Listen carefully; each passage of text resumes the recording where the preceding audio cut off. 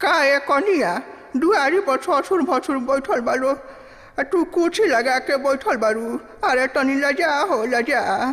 अब का लजाई पहले ना जननी। हम का जननी हे भगवान इहो दिन देखा दीहनी।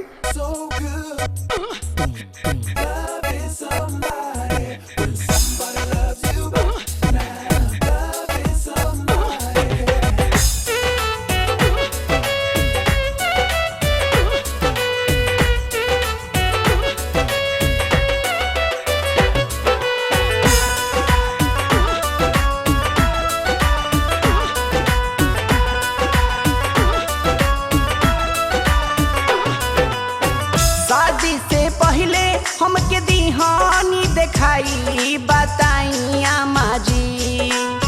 शादी से पहले हमके दीहानी देखाई बताई आमा जी। अब हम केकरा से लजाई कि हम के बताई आमा जी। अब हम केकरा से लजाई कि हम के बताई आमा जी। शादी से पहले हमके दीहानी देखाई बताई आमा जी। अब हम केकरा से लजाई कि हम के बताई आमा जी। अब हम केकरा से लजाई कि हम के बताई आमा जी।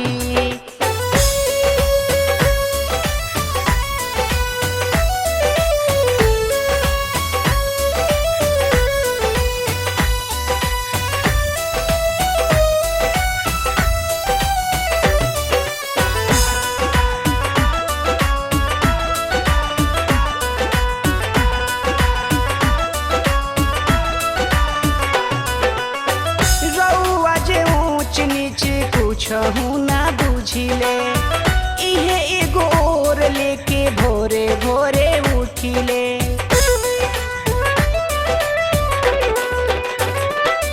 ओ रउआ जे ऊंच नीच कुछहू ना बुझिले इहे एगो और लेके भोरे भोरे उठिले।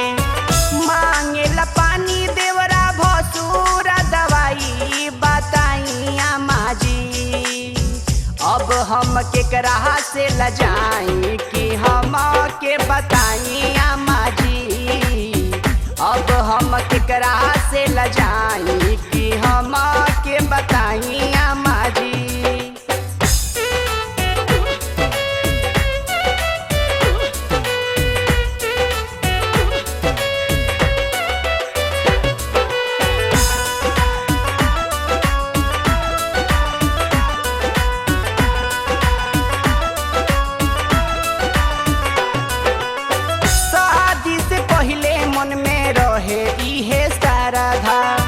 सबके समेट के लगा के रहेम पारदा।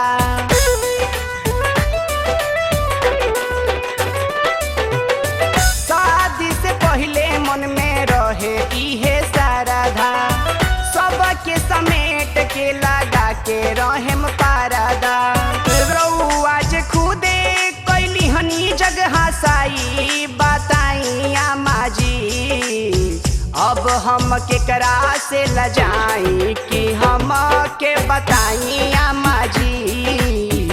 अब हम केकरा से लजाई कि हम के बताई आमा जी।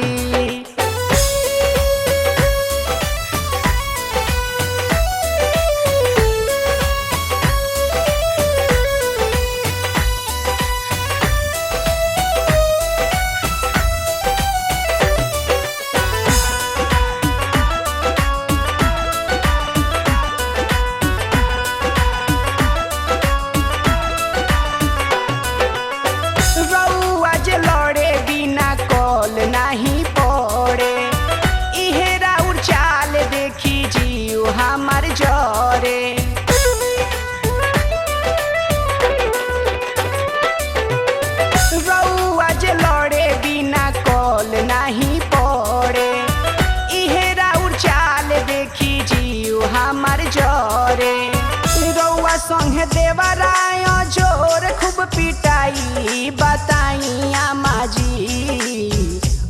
हम केकरा से लजाई कि हम के बताई अम्मा जी।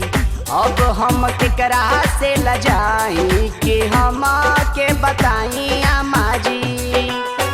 शादी से पहले हमके दिहानी देखाई बताई अम्मा जी। अब हम केकरा से लजाई कि हम के बताई अम्मा जी। अब हम केकरा से लजाई कि हम के बताई अम्मा जी। अब हम केकरा से लजाई कि हम के बताई अम्मा जी।